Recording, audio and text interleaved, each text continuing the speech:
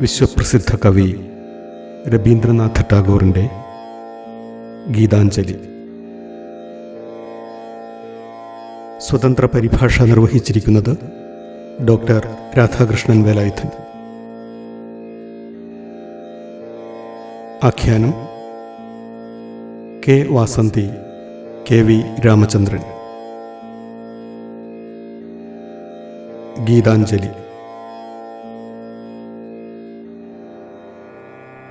അനശ്വരതയിൽ സമാധാനവും സംതൃപ്തിയും സന്തോഷവും അനുഭവിച്ചറിയാനുള്ള കവിമാനസത്തിൻ്റെ നിഷ്കളങ്കമായ ആഗ്രഹങ്ങളാണ് ഗീതാഞ്ജലിയുടെ പൊരുൾ.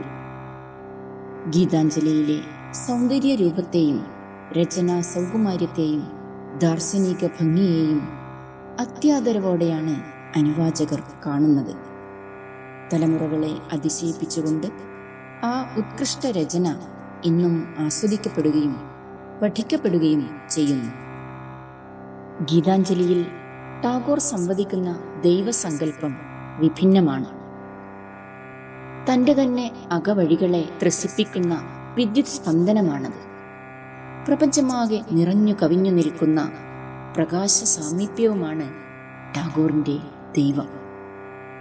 അതായത് ടാഗോറിന് ദൈവം ഗാനവും സ്നേഹവും സ്നേഹിതനും ഒപ്പം മരണം പോലുമാണ് എന്ന് വരുന്നു. അതിലേക്ക് ഉൾച്ചേരാനുള്ള അടങ്ങാത്ത ത്വര സമർപ്പണം പോലുമാവുന്നു മഹാകവിക്ക്. എന്നാൽ ഇതെല്ലാം ടാഗോറിനെ മതാതീതമായ നിലപാടിലേക്കാണ് എത്തിക്കുന്നത് എന്ന് കാണാൻ കഴിയും. സൗഹൃദത്തോടെയും മറ്റു ചിലപ്പോൾ വിധേയത്വത്തോടെയുമുള്ള ഭൗതികതയ്ക്കപ്പുറത്തെ ദൈവസങ്കല്പത്തിലൂന്നിയുള്ള സംവാദങ്ങളാണ് ഗീതാഞ്ജലി എന്ന കാവ്യഗീതം.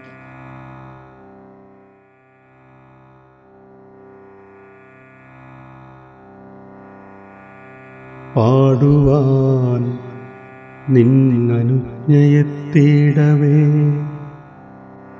തെളിയുന്നു മന്മനമഭിമാനത്താൽ. വീക്ഷിപ്പൂ നിൻമുഖകമലമതിലോലം ഞാൻ, നിറയുന്നു മിഴികൾ രണ്ടുമെനിക്കമേയമാ. മറയുന്നു മൽക്കന്മഷമെല്ലാം എരിഞ്ഞത് ഒരപൂർവരാഗമായി മാറുന്നു തവ സ്മരണയാൽ. ഞാനോ ചിറകു നീർത്തിയൊരപൂർവ പറവയായി പാറിയിടുന്നീ ജഗതഖിലവും. നാഥ, പാട്ടിൻ രൂപത്താലല്ലാതെ അണയുവാനാവില്ലല്ലോ തവ സവിധമൊരിക്കലും മേ. ഗാനത്തിൻ ലഹരിയിലറിയാതെ അറിയുന്നു, ഗാനത്തിൻ ലഹരിയിലറിയാതെ അറിയുന്നു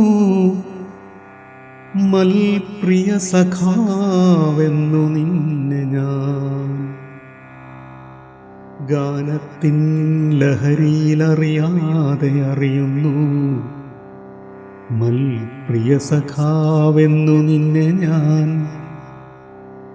സൃഷ്ടി സ്ഥിതി കാരണനാകിയ സർവേശൻ നീ തന്നെ എന്നതു മറന്നേ പോകുന്നു ഞാൻ. സൃഷ്ടിസ്ഥിതി കാരണനാകിയ സർവേശൻ നീ തന്നെ എന്നത് മറന്നേ പോകുന്നു ഞാൻ.